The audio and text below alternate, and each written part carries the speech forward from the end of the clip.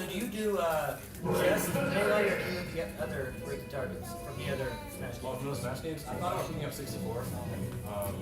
But honestly, like, Melee has the best Smash break targets system. And Brawl, like, there's only 5 unique stages. So Yeah, it's not that, and they're all the same. yeah. Any character can do it. What's the fastest ones in Brawl? Fastest stages? Well, yeah, like from which character? Oh, Olimar and Falcon are pretty fast. Oh, they run pretty well. Not Falcon. Yeah, I guess you can't shoot. Yeah, usually characters with breakdowns have like pretty good times in those stages. All right, I know more people are going to circle in as we go. And for everybody, when we have, I don't know if will you be carrying this stuff? You might be carrying it a little shorter than me. He's part of it. If you were here for the earlier panel, he's a short guy. If he comes walking in, that means he lost in the Melee tournament. So I want to all collective, when he comes in. So I think he would appreciate that, I think. Whenever it is he comes in, he's going to give us a So, this is our main. I know we did one earlier. There's a lot of familiar faces I see from earlier. We're going to go more into what goes into speedrunning, what speedrunning is, more of a broader thing than any specific thing. Since this is a big Smash thing, I thought a good way of transitioning into speedrunning is to show some of our, one of the bridges between, the Smash game and. There he is. Why are we sad I'm here? Get a better reception. You lost. You're in here. I just beat everyone so fast. He speed ran the tournament. So, I mean, speedrunning can go into any sort of game that you can, including Smash Brothers. Case in point, right here. You saw a little bit going in. How many did you do? Just a few characters here and Just a there. few. Yeah. Whatever you feel is the best to show off. Go ahead and show off. So, I feel like a good way to show it off is like, I can just, one of like my run I do is I just do all target tests. Okay. And just like you try and beat them all as fast as you can in sequence. All right. You guys want to see that? Heck yeah, we do. Hopefully that way we'll be able to see the taste of every character's unique stage and some of the strategies from that. And you use some of the same techniques. I think I saw that, like the competitive Smash does. I saw like some wave dashing. Oh yeah, the technical skill and competitive Smash translates so well with like striking targets. The same technical process is required for both, and it helps to be good at either. Okay. So yeah, without further ado, I'm gonna start with the best, Dr. Mario, my main competitive Smash Bros. Not because he's at the top, it's because he's the best. And hopefully I'll be able to talk a little bit while I'm doing this, and give a little bit of information about myself and like just what speedrunning means to me and like just about his games and things I want to play on. But yeah, so let's get going. Alright. Ready? What up, C-Funk? Dr. Mario's my main Smash. Break target is actually the reason why I did it. Because this strategy, the one strategy, is the first strategy that I learned on break targets. The first, and that's actually, that frame is the fastest you can go. How's the audio balance for everybody? Ready? Put the TV down. Turn the TV down a little bit.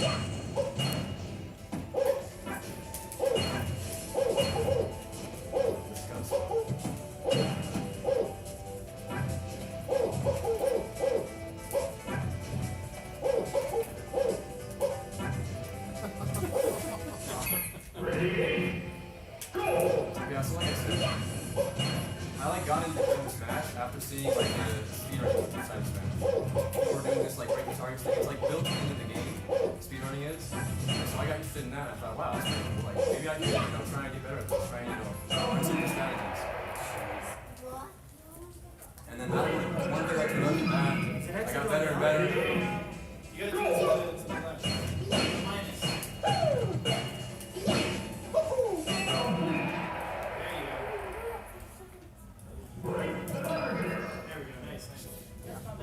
Good now? Yeah, it's perfect. Nice.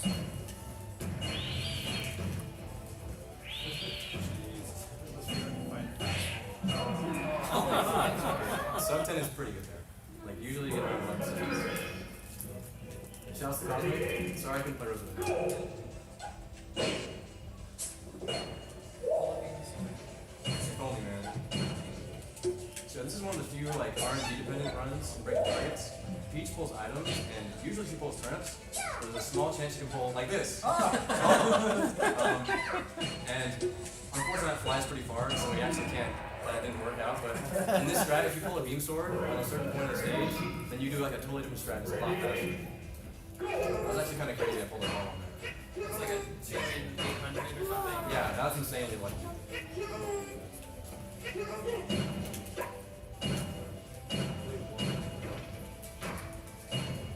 And like I said before, I like Melee's break target the best because every character has their own unique stage, and so it's a new adventure every time you press start.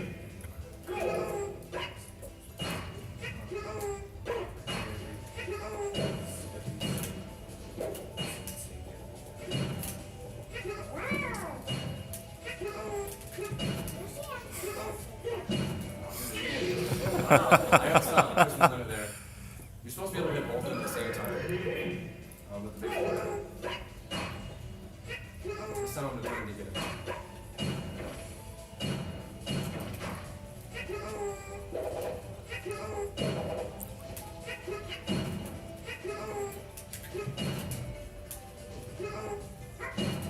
Good thing I didn't fall. I like the name you've chosen too. Perhaps, yeah. You only get 4 characters, so I thought it'd be fitting. So we're almost out of like the Mushroom Kingdom zone now. I like to count Donkey Kong as in Mushroom Kingdom because his first game was with Mario. But after this, we're gonna have a tour of Nintendo's franchises. Your first time with Mario was your eternal Donkey Kong?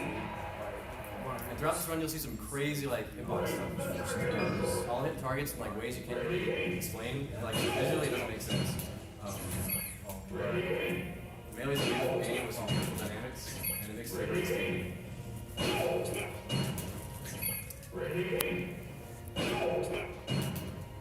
Come on, missing. So Melee is something that like cancel your lag after you do an aerial. I'm not getting it here. Yeah, that's how I got it.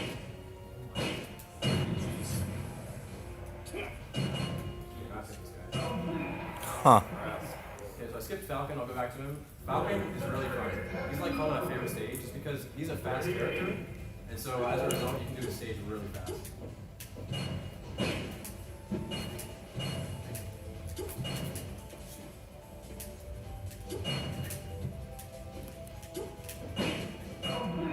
So the best time you get there is like 8 seconds, but it's pretty tight. Some of you were in earlier saw me do this stage. Don't spoil it. It's pretty sick.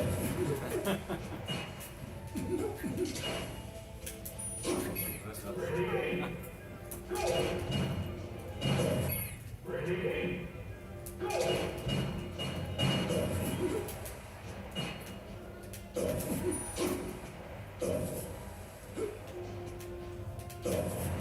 Oh, dang. Those birds are unforgiving.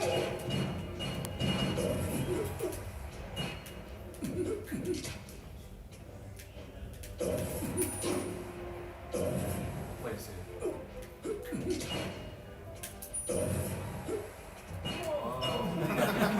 All the way around the world. Nice. Okay, now the other space animal, Fox. Also one of the fastest characters in the game. He's running all the big breaks in the day. It looks like you have these lasers right here. I only hit a couple of them.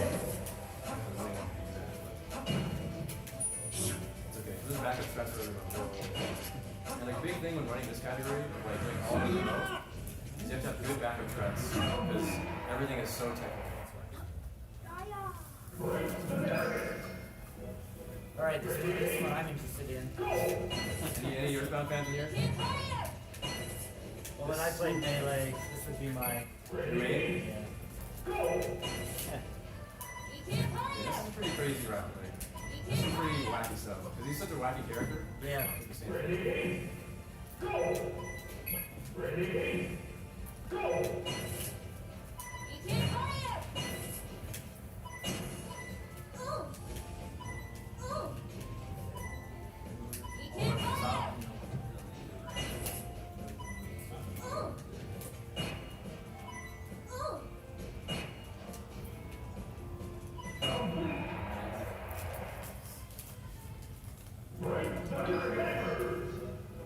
something you might notice is that when the character select screen, there are 2 ice timers. Mainly you do have 2 timers, so like you control both of them. But right the target, for some reason, you just play one. Which is kind of cool, but kind of sad at the same time, because I think it'd be really interesting to like investigate things you can do with 2 timers.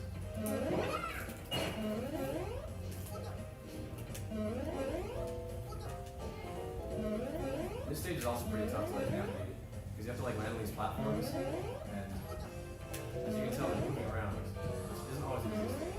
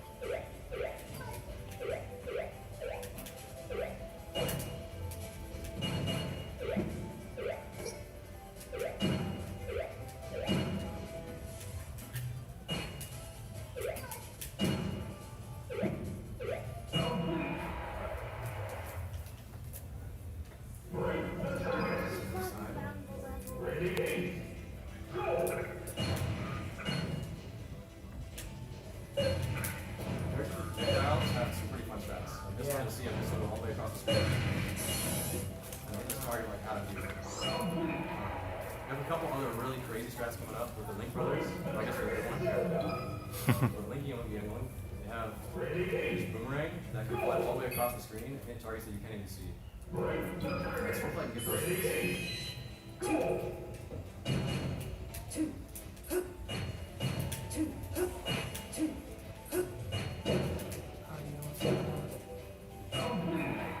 Is there a category for doing that as Zelda? No, unfortunately. Just like for fun, people do it for Zelda, but usually when people like talk about records for individual characters, it's usually just in the context of whatever's faster. Go back and get these guys.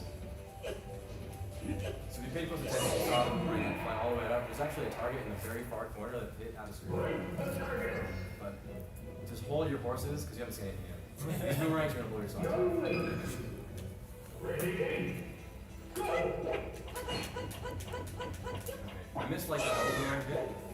There's 2 targets that boomerang hit off the screen. I didn't get any of the cool boomerang stuff.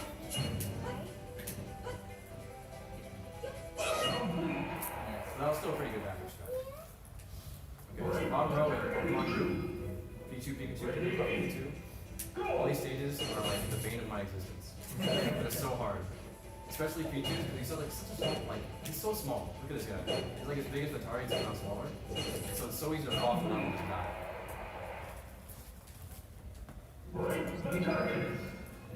Ready, go!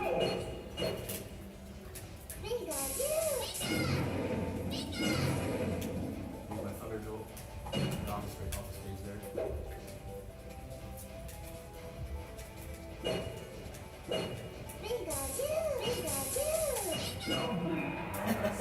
Way up in the heavens. Okay, this one uses a cool, like, these red things hit you with fire, and I use that as my chance to boost across the stage. Like, well, I didn't do it, but for those of you who heard earlier, you saw me do that, and it's pretty fun. And the name of these things, if you don't get the right cycle, it's like a fun play. But then you just puffs crazy jumps all the way across. Most powerful Pokemon in the world. Ready, go!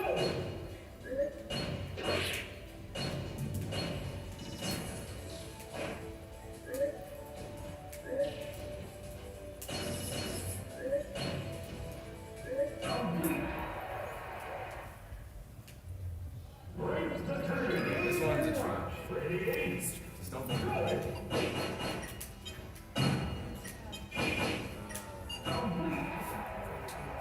Alright, we finish off these 2 last characters from Fire Emblem. Ready, go! It's much easier when you can see the screen.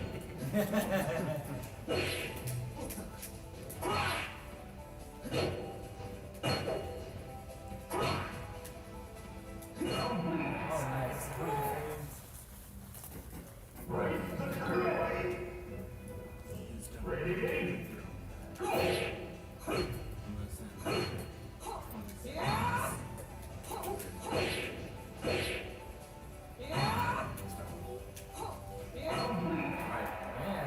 there you go. That's 25 characters, 250 targets. My favorite game. Yeah.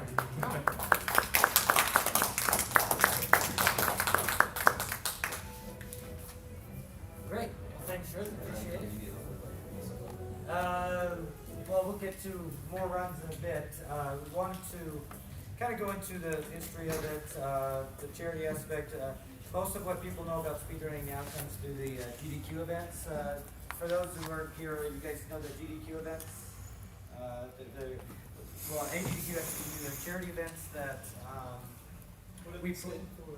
It stands for Games Done Quick, the GDQ. It's got awesome games done quick in that. The secondary one was done in the summer, so in our great idea of coming up with names, we call it Summer Games Done Quick. And this last Summer Games Done Quick was done in Minneapolis, was during early July, and raised, you know, it was $1.8 million for Doctors Without Borders. So it's really kind of exploded for charitable causes.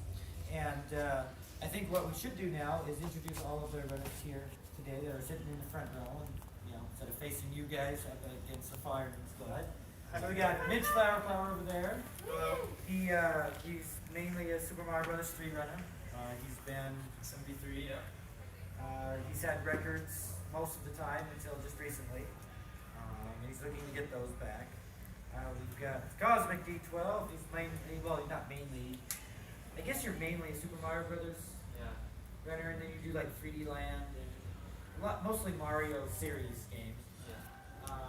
We do Super Mario and 3D World. Do you run that one?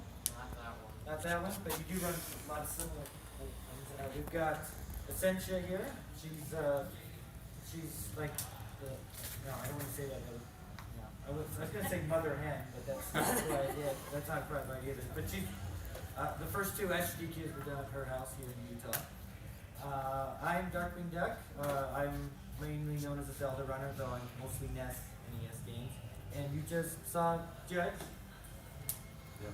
You do any other runs other than Melee? So I mainly run Break the Targets in Melee, and I've dabbled in Pokemon Fire Red Green, and I hold the world record in Mario Party 6. So Oh wow. a wide eclectic view of Yeah, games. right. I also hold the world record in that category. And what you just did was record it. So yeah, you guys get you got Cosmic is the record holder in Mario Brothers, tied it, and Lost Levels. Oh, which for any percent? Or Yeah. Or plus 80%. So, do you know what you still have? Because you've had like hundreds of them. I don't know if I still have any records now. But she's had a whole lot. I've had a few as well. What my best run right now is a Kid Icarus run. Unfortunately, there's no pit in Melee, but there's the other ones. So we kind of wanted to go into how speedrunning got started, and it kind of been in existence since games have been in existence. Anybody have Nintendo Power as a kid, or had access to it? There was a lot of challenges at the end of each one. You kind of mail in your scores or times or something like that. And there's some speedrunners, well-known speedrunners that have their names in the list. Fluexel is on there, FDR is on there. There's a whole bunch of things. So it's been around a long time. The one who started before which one was it? Mitch first or Essential first? When did you get started, Mitch? I got started in speedrunning in 2002. Doing what? Metroid Prime. Metroid Prime was... Metroid Prime. One of Prime. the earliest games to ever start getting speedruns was Metroid Prime. At least on the internet in a display, record your runs and display them, that kind of thing. It used to be a time where you would do segments of your run. You wouldn't actually just start to finish. You would record like a best segment from a save to a save, and then you have that recording, and then you never go back to it if you did it the fastest you could. Those are called segmented runs. They're not really around anymore. So why did you start in 2002? I started speedrunning because the number one thing is I was never satisfied whenever I finished my favorite game. I always wanted more, and speedrunning allows you to provide more things for games you love whenever there isn't anything left, like glitches and speed strats and things you never thought existed in the games, just doing your normal playthrough. So I watched the video on Metroid 2002. That's the name of the website where they got one of the charge beams or something way before you're supposed to, and I thought that was the coolest thing I ever saw in my life. And that's what got me into it. And when did you get started with Sensa? 2006. First, 2006. yeah. Why? Why? Well, I found SDA Speed Demos Arcade and found their speedruns on there, and I thought they were really cool. How fast you can pass some of these scenes. So the first game I speedrun was Dr. Mario, because that was a game I was pretty good at. I was like, I can do that.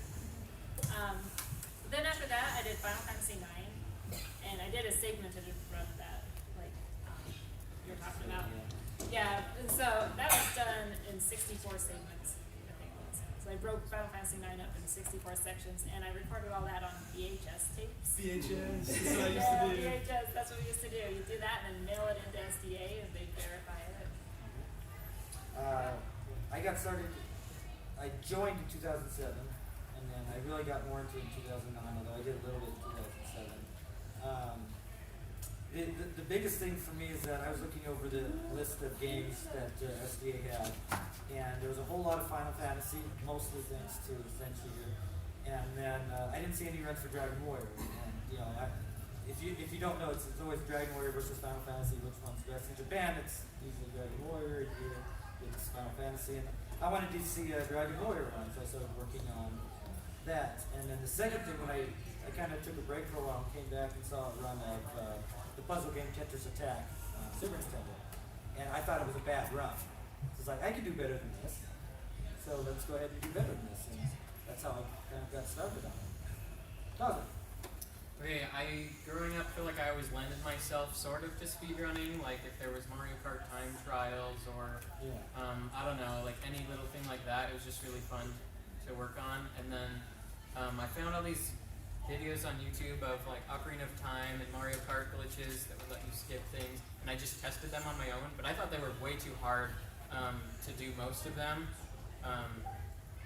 But finally someone posted a video called Ocarina of Time Bingo, and I thought it was the coolest thing I'd ever seen. Basically it's like a bingo card, but it was goals in the game you had to collect, and you just like picked a row of goals and played the game. And like Mitch was saying, he wanted more out of his favorite games. That's what I wanted, and that seemed like a great way to do it. So I found Speedruns Live, which is a website where you talk in a chat room and like you race other people, like their house, you're at yours, and you start at the same time and just play whatever category of game you want. And that's how I got started. And Judge, you kind of mentioned it, but can you give us again why you got into it? Yeah, so I'd like to add like a little bit thing onto why I got into speedrunning. I talked about how I got into speedrunning through Melee and through Break the Targets, because it's kind of, it's already there for you to use. But it kind of crept in my life a little bit before that. Back when I was like a wee lad, I had very few games on my Game Boy Advance, and one of them was Spyro Attack of the Rhinox. And that game, when you beat it, it shows you like your percent of the game completed and then your time. And I just remember one time I beat it, and I looked at the time and I was like, that's not that long. I could do that in one sitting. And so I remember there was like a stretch of like, 2 or 3 summers where I just try and like whittle down that time in that game. I think I got it down to like 2.5 hours or something like that. But then like my Super Smash Bros. Speedrunning career got started on like these forums online where people would like post their times, and like sometimes if you had video you would. And that really took off with Super Smash Bros. Brawl because there was a built-in like replay saving feature. And so people would like play these levels on their Super Smash Bros. Brawl locally and save them, and then upload them later to the forums, and people would like, oh, see, nice time, good job. And so that's what I did. Yeah. Now, was anybody here for the Twitch panel that was a little bit earlier today? Now, Twitch has really helped speedrunning grow like exponentially. If you're hearing it, like recording on VHS and sending it in, or doing segmented runs and that kind of thing, it was always the final result that we were looking for, that people were watching, and then you discuss it and do that. With Twitch, you get to see the whole process in general, and people get to see people actually working on these games, actually doing attempts of these games, something that before you would never see. And people seem to enjoy that, and they enjoy the personalities, they enjoy the talk of, the technical parts of the game, they learn the stuff we put into the game to get good at it. And it's really shot off with that, and then we started the first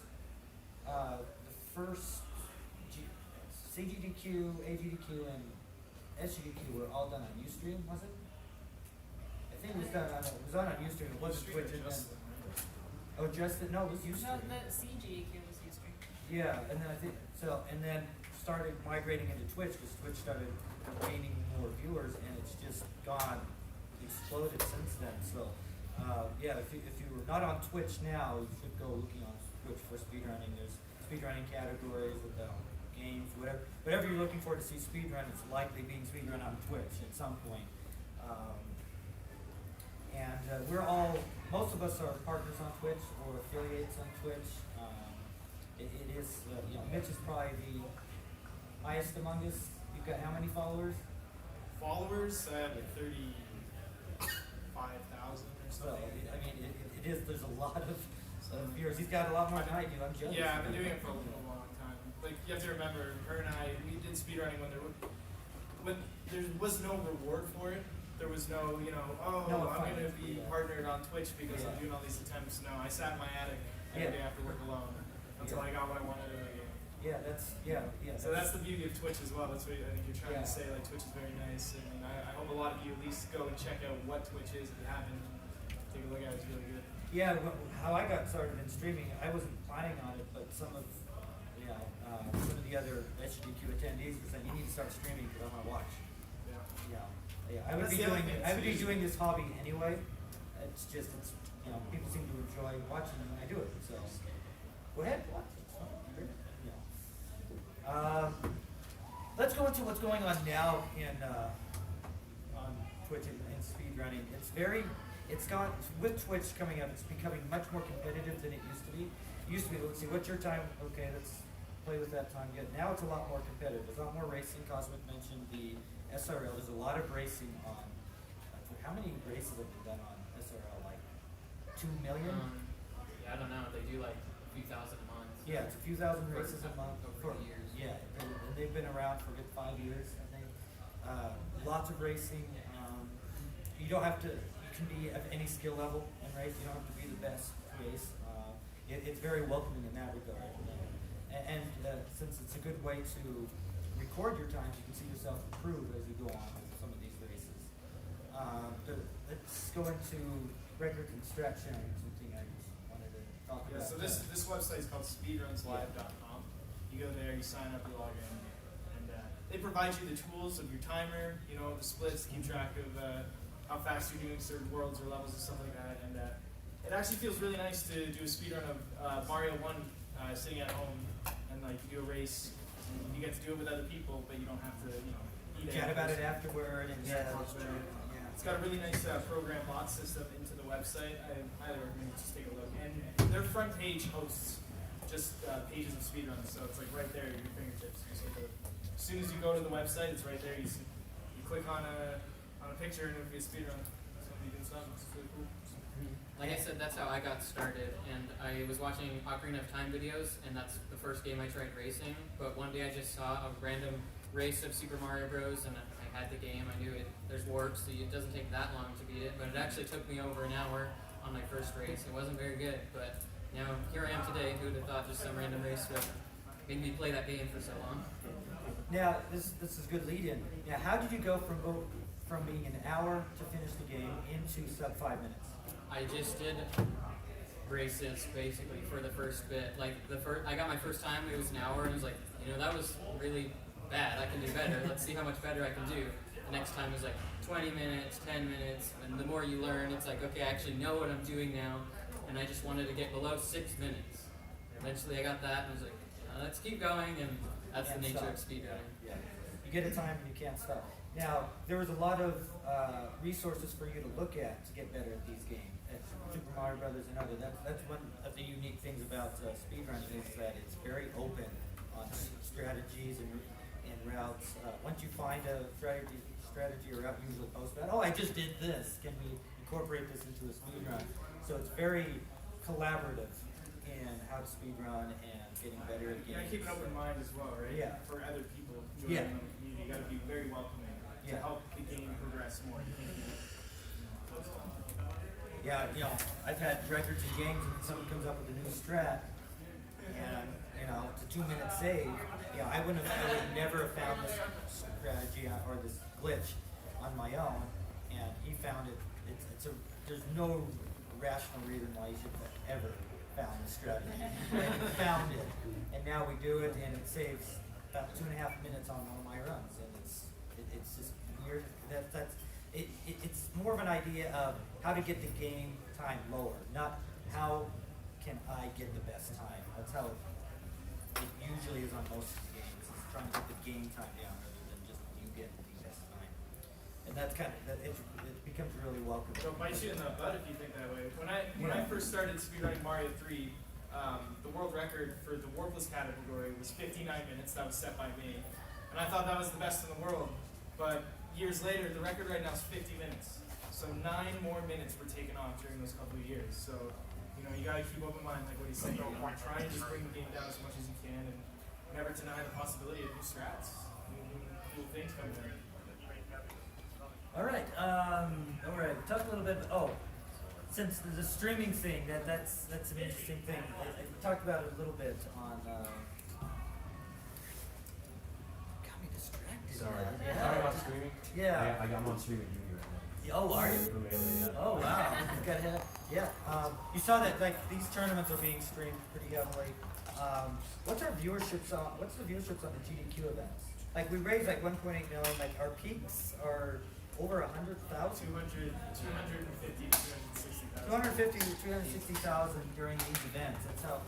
That's how powerful streaming can be. And if you're at the, I was able to take to the Twitch one. So if you're here, I hope they had good information on how to get going on Twitch. Let's see here. What else do I have? Tournaments. Tournaments are becoming quite popular in speedrunning now. Have you guys done any? I have not partaken. You haven't done any? Oh man, they're I've done really. GDQ event like tournaments where you just do like 4-way race or. Oh yeah, there's a lot of that, but just like for, do you guys use challenge a lot in the Smash community? Yeah. You use a lot of challenge. We use challenge too for a lot of our tournaments. We have double elimination. It's just I was in a Legend of Zelda tournament. You one-on-one with the racer. If you win, you move on. If you lose, you go into the losers bracket. And that's becoming really popular. Since more people are speedrunning now more than ever, it opens up to more tournaments. We've got a lot of randomizer tournaments going on as well. Speedrunning randomizer. One of the things, we play the game so often, we'd like to be able to play this game new again. And these randomizers do it. It changes the locations of things, changes Yeah, so essentially it's. Oh yeah, it's a there's random- Mario 3. Have you done much Mario 3 randomizing? Yep. Yeah. So it's a randomized version of the game. So you turn on Mario Brothers 3. You can start in World 1. As soon as you press start, you might start in World 3. You never know. You start in a random world. Mario will be a random color. You have no idea what color it is. And whatever level you go and click on is not going to be the level you think it should be. It can be a completely different level. Inside the level, the enemies are in different places, or they could be different enemies. So we like to do that in communities to make it. Yes, it more keeps things interesting. fresh. Yeah, it keeps really things keeps fresh. things fresh. And it's really, the randomizers and the tournaments are just a way to keep involved in the community. So you're not just strat grinding and trying to get your best possible time. It's just more of a, it can be a little bit of a grind. So it's nice to have open things. So that if you want to get started in some of these things, do these tournaments, do these randomizers. It's really kind of a fun way to get into. And even if speedrunning. you're not, just the randomizers are fun. Yeah, the It's randomizers cool. are Like ROM hacks. yeah, all these things are available. So let's go ahead and that's kind of where we're at now. So let's go ahead and do some demonstrations of runs. We did break the targets earlier on. We did a lot of Super Mario Brothers and Super Mario Bros. 3. Let's show off an RPG. So I'm going to let Essentia take over, and she's going to show off some. When you think of glitches and things, you usually think more of action games or platforming games, going through blocks and that kind of thing. So now we're going to show what you can do in RPGs. Can you do the same thing in RPGs? Yeah. Or you just like grind out levels and then beat the bosses and that over No, you level? want to avoid grinding as much as you can. You want to limit that. No, so I mainly speedrun RPGs. I've done Chrono Trigger, Final Fantasy 6, Final Fantasy 10, 9. Yeah, and the reason I like to it's, Do we have that? I mean, the execution is important, but also there's a lot of planning out your route. When your run is going to be like 6 hours long, you have to know the game really well and kind of plan out what you're going to do along the way. If you're going to, what abilities you need to beat the final boss, what levels you need, things like that. But then there are glitches in them too. So I'm going to show some glitches in Chrono Trigger. You got Yeah, power set up. You see the Final Fantasy VII on the NES cartridge? Like that too? Oh, I Oh, did. there we go. Yeah. I did this. Final Fantasy VII and 8 bits. Yeah. Pretty cool. All right. Yeah, that goes with the ROM hack section. A lot of really cool ROM hacks. Hopefully. Okay, there we go.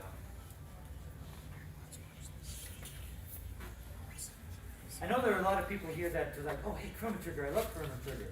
Right? Okay, so I've got some saves here. I'm going to show off some glitches. So the first glitch I'm going to show is actually called the unequipped glitch. Now on Chrono Trigger, normally if you have something like this, see I've got this helmet, a hide cap, but I don't have any others in my inventory, the game won't let you unequip it. See, I can't unequip these because I don't have anything else. So you have to have something equipped at all times, basically. But there is actually a way that you can unequip these things. If you, okay, it's a little complicated. If you go to something where you have something else that you can equip, like this, and then you push up and R at the same time, you see this here now? It says sight scope there for our armor, but that's actually an accessory. So if I go to equip that, it disappears because I don't actually have any armor, but then I can unequip that. And then you can do again for the helmet. Now I just unequip those. Now you may be wondering, how is that useful in a speedrun? Well, I don't actually understand why it's like this, but in this game, when you unequip your armor and your helmet, it actually increases your magic power and increases your elemental defenses. So, It's got a mind of its own. I know, so in this game, less is more. Kind of weird. So, normally, if you were doing a glitched run of Chrono Trigger, you would want to unequip Luca's equipment here so that her fire attacks do a lot more damage. So that's the first glitch I'm going to show you. Now this next one is called the fade out. It's two glitches in one that I'm going to use here. It's called the fade out glitch and then the save anywhere glitch. So now whenever you go in a door, the screen kind of fades out. It takes a moment to fade out, so if you watch that, it faded out. And normally when you come in here and come up here, a cutscene starts and you can't move around, and then a boss fight happens. So if you haven't seen the game, I'll just show you this real quick, show you what it's supposed to be like. So you have this cutscene to find out the Chancellor's evil, and he's actually a monster. He transforms into a monster, and then you fight him. This is the first boss in the game.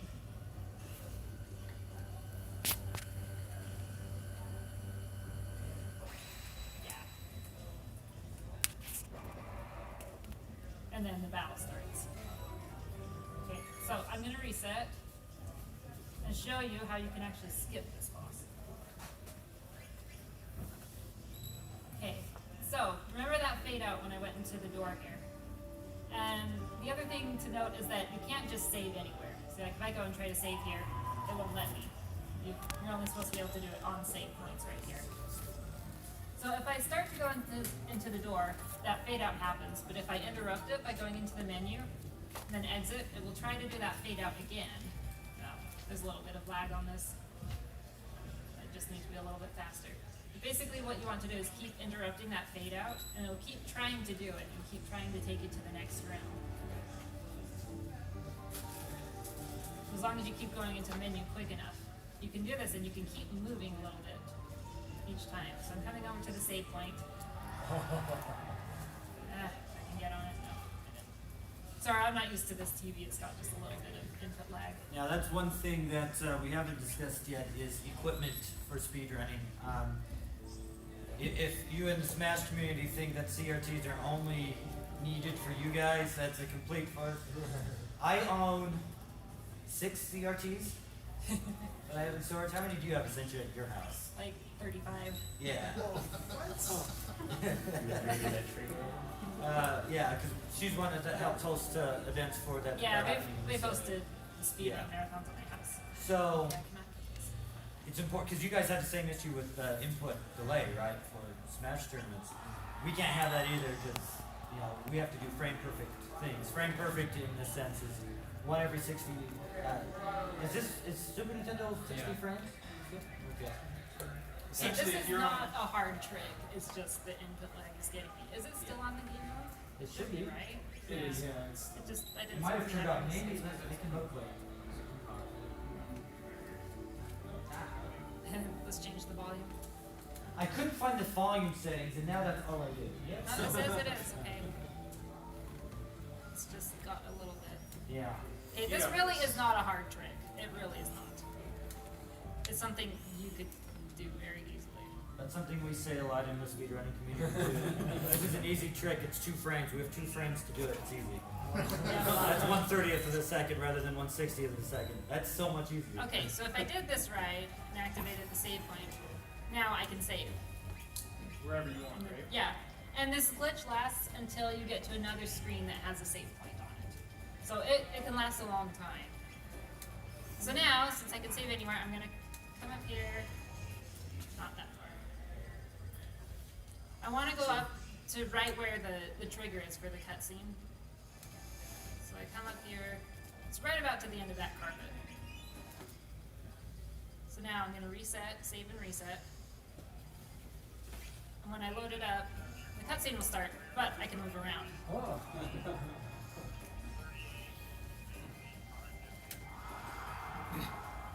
Okay, so now I can release the real Chancellor. We've got 2 Chancellors here now.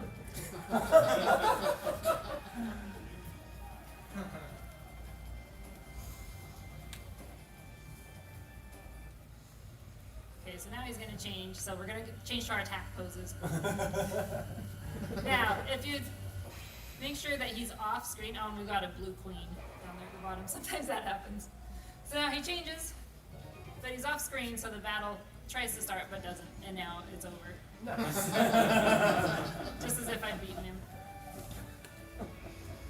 Just don't mind the monster there behind her. It's just a stuffed animal. Yeah. It's a stuffed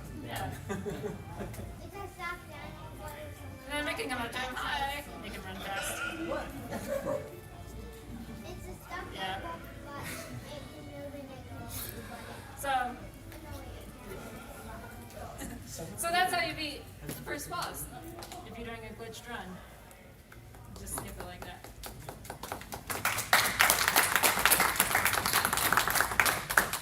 So I'm going to show another one. It's the same basic concept. There's a few bosses that you can use this. Some are a little bit trickier. Okay, so this is where you fight Hecron. He's a boss. You just come in here, come up here, and he comes down, and then the battle starts. And he's actually one of the more dangerous bosses in a speedrun. And he's a long boss too. Just because you're so underleveled, he takes a long time. He's one of the bosses immune to physical. Yeah, he's immune to physical attacks, and he can hit hard. So, what we're gonna do the fade out glitch again over to this save point.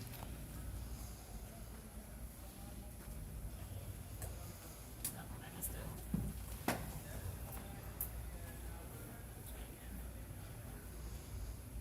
This one's a little harder to get to. That should have done it. No, it didn't.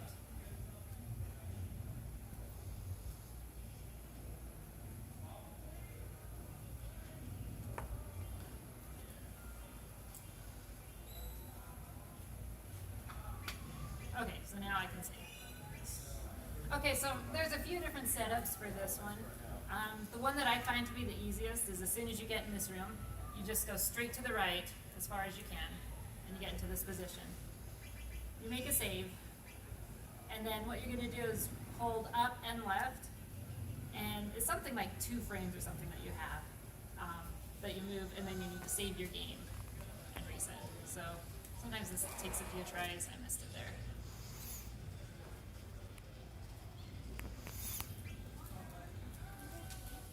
I don't think that was quite far enough. How do you know you're far enough? I can tell by Chrono's animation. he's like in, if his leg's sticking out behind him, that's it. I don't know if that did it. Let's see. See there. Let's see if that did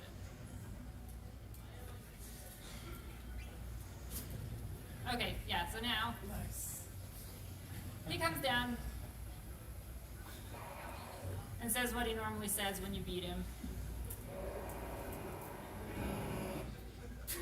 And then he dies. And then for some reason he says it again.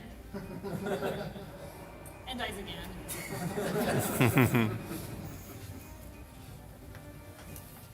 And now it's just like, we beat him.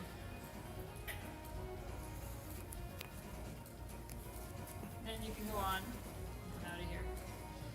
So yeah, that's how you skip past tech run. And there are a few other bosses you can do this with, but the triggers for them are a lot harder to get. But it's the same basic thing. You use that save anywhere glitch and then just save right where the cutscene trigger is, reload, and you can just skip through it. So yeah, that's some Chrono Trigger. Talk about some of the,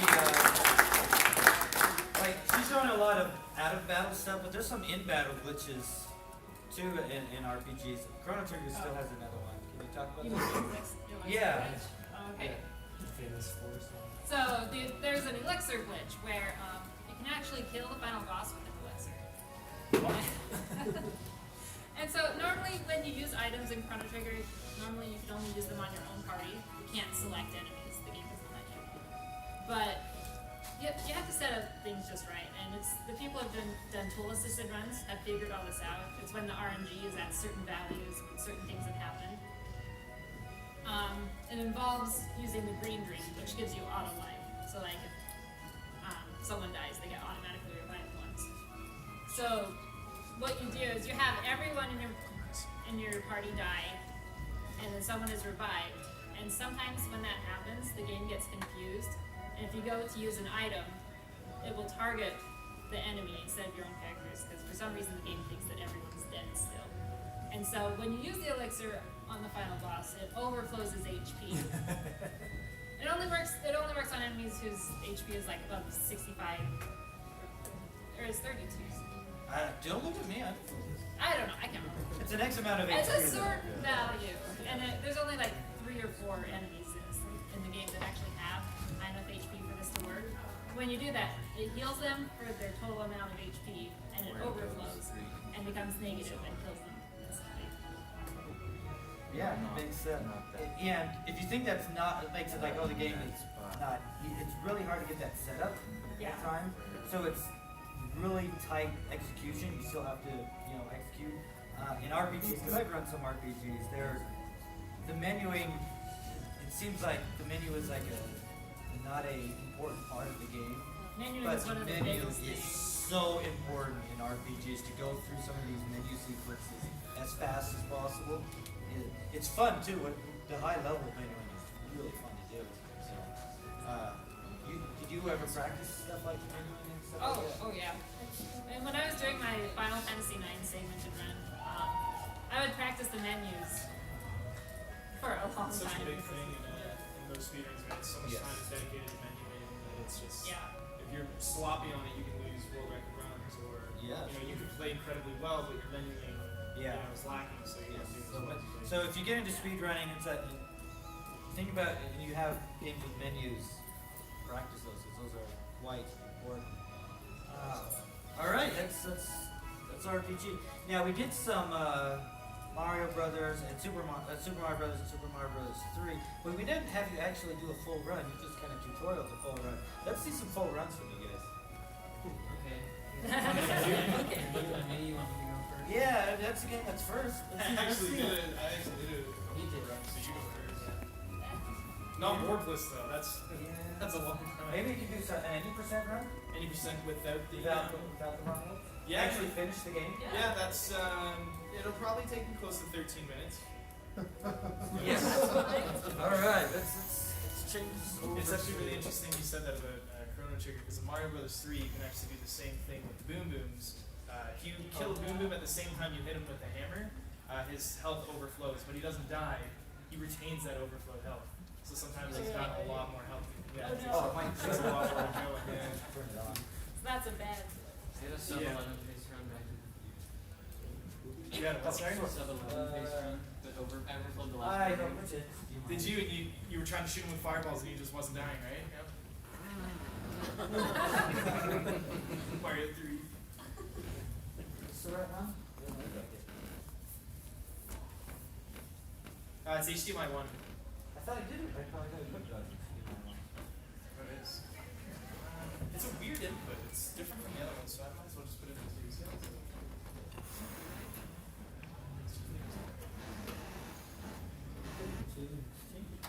So it's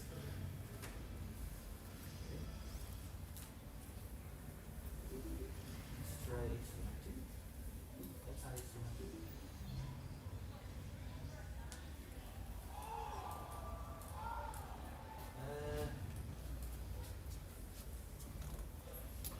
what's going on here? Oh, no, it's plugged in. If you're wondering why there's so much setup at GDQ events between games, like we're doing like a tenth of the stuff right now that they do there. We can't get it to go properly. I'm gonna unplug this. At the last day GDQ, there was a Mario relay race, and so it was 3 teams, each playing through 5 different Mario games. So like one person of the team And would Tracy play had Mario me. 1, and then once they finish, the next person hops on, plays Mario 2, etc. So yeah, imagine like 8 different consoles, 15 different people. There was a lot of setup.